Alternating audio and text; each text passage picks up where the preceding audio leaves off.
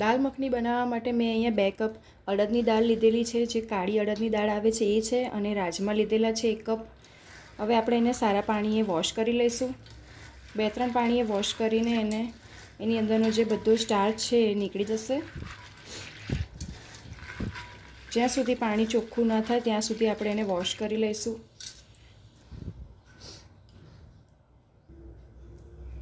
મેં એને 2-3 પાણીએ વોશ કરી લીધા છે. હવે આપણે એને બાફી લઈશું. એક કુકરમાં આપણે એને એડ કરી દઈશું અડદની દાળ અને રાજમા.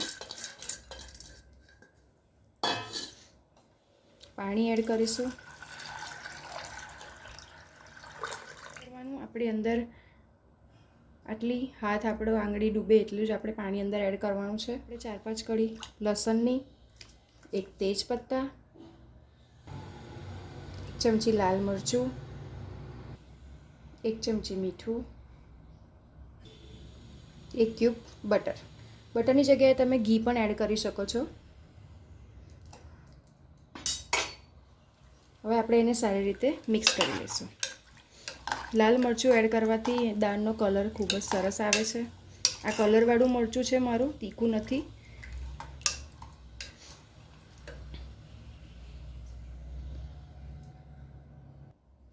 એનું ઢાંકણ ઢાંકી દઈશું.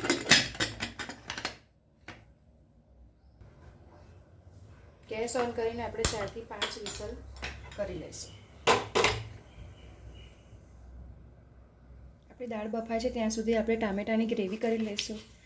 દાળ મખનીની અંદર ડુંગળીનો ઉપયોગ નથી થતો, એમાં ખાલી આપણે ટામેટાની ગ્રેવી જ એડ કરીશું અને બીજા કોઈ મસાલા આપણે અંદર એડ નથી કરવાના. ટામેટાને આપણે આવી રીતે રફલી ચોપ કરીને એની પેસ્ટ બનાવી લઈશું. મેં અહીંયા 3 મીડિયમ સાઇઝના ટામેટા લીધેલા છે. આપણે તેને હવે મિક્સિંગ બાઉલમાં કાઢીને આપણે તેની ગ્રેવી કરી લઈશું.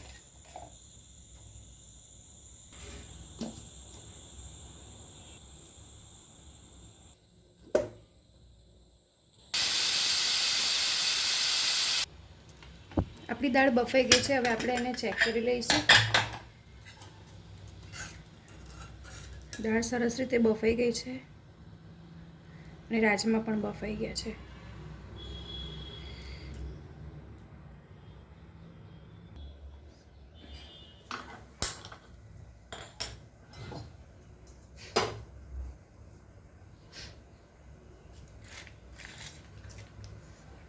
તેમાં આપણે બટર એડ કરીશું અને થોડું તેલ એડ કરીશું, જેથી આપણું બટર બળે નહીં.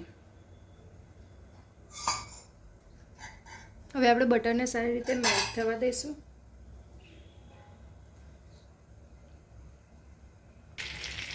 બટર આપણું મેલ્ટ થઈ ગયું છે. હવે આપણે અંદર નાખીશું 1 ચમચી જીરું, 1 ચમચી હિંગ,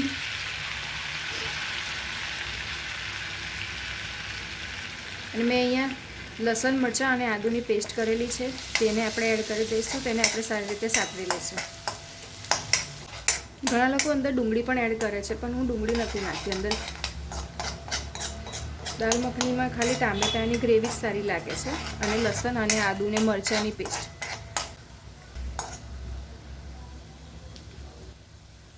આદુ, લસણ, મરચાં સારી રીતે સતળાઈ ગયા છે. હવે આપણે એની અંદર મસાલા એડ કરીશું. 1 ચમચી ધાણા જીરું, 1 ચમચી હળદર, 1 ચમચી લાલ મરચું. હવે તેને સારી રીતે મિક્સ કરી લઈશું.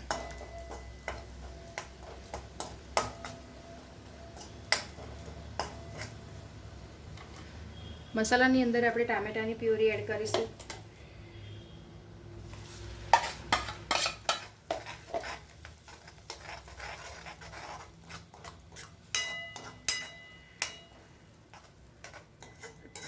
ટામેટાની ગ્રેવીને આપણે સાઈડમાંથી બટર છૂટું ના પડી જાય ત્યાં સુધી આપણે એને શેકવાની છે.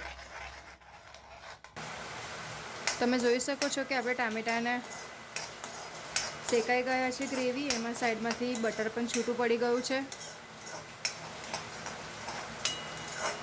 હવે આપણે એની અંદર જે આપણી બાફેલી દાળ હતી આપણે એડ કરીશું.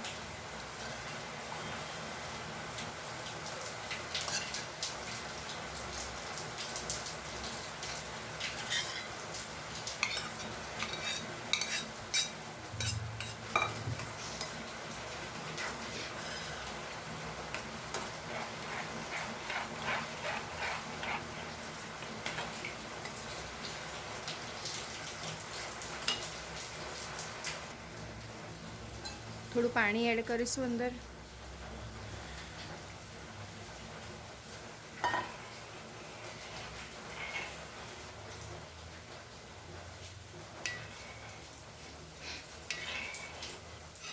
હવે આપણે એને થોડી વાર માટે કૂક થવા દઈશું, જેથી આપણી દાળ અને મસાલા બધા એકરસ થઈ જાય.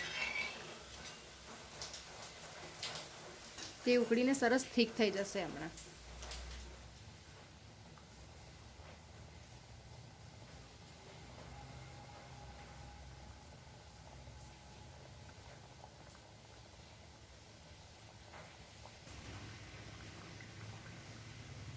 દાળ સરસ રીતે કૂક થઈ ગઈ છે અને તે થોડી થીક પણ થઈ ગઈ છે.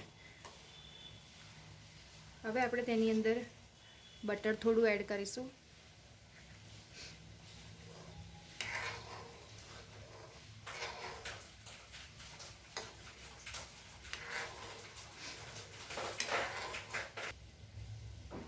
થોડી આપણે ઘરની જે મલાઈ હતી એ એડ કરીશ.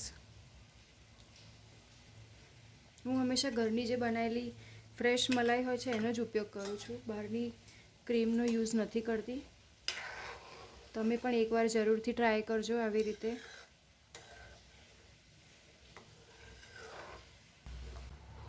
હવે તેમાં થોડો ગરમ મસાલો અને કસૂરી મેથી એડ કરીશું. આમાં કસૂરી મેથી નાખવાથી જ દાળ મખનીનો ટેસ્ટ ખૂબ જ સરસ આવે છે. હવે આપણે તેને મિક્સ કરી લઈશું. તમને મારી રેસીપી કેવી લાગી તે મને કમેન્ટમાં જરૂરથી જણાવજો. અને જો તમને મારી રેસીપી ગમી હોય તો મારી ચેનલને લાઇક, શેર અને સબસ્ક્રાઈબ જરૂરથી કરજો.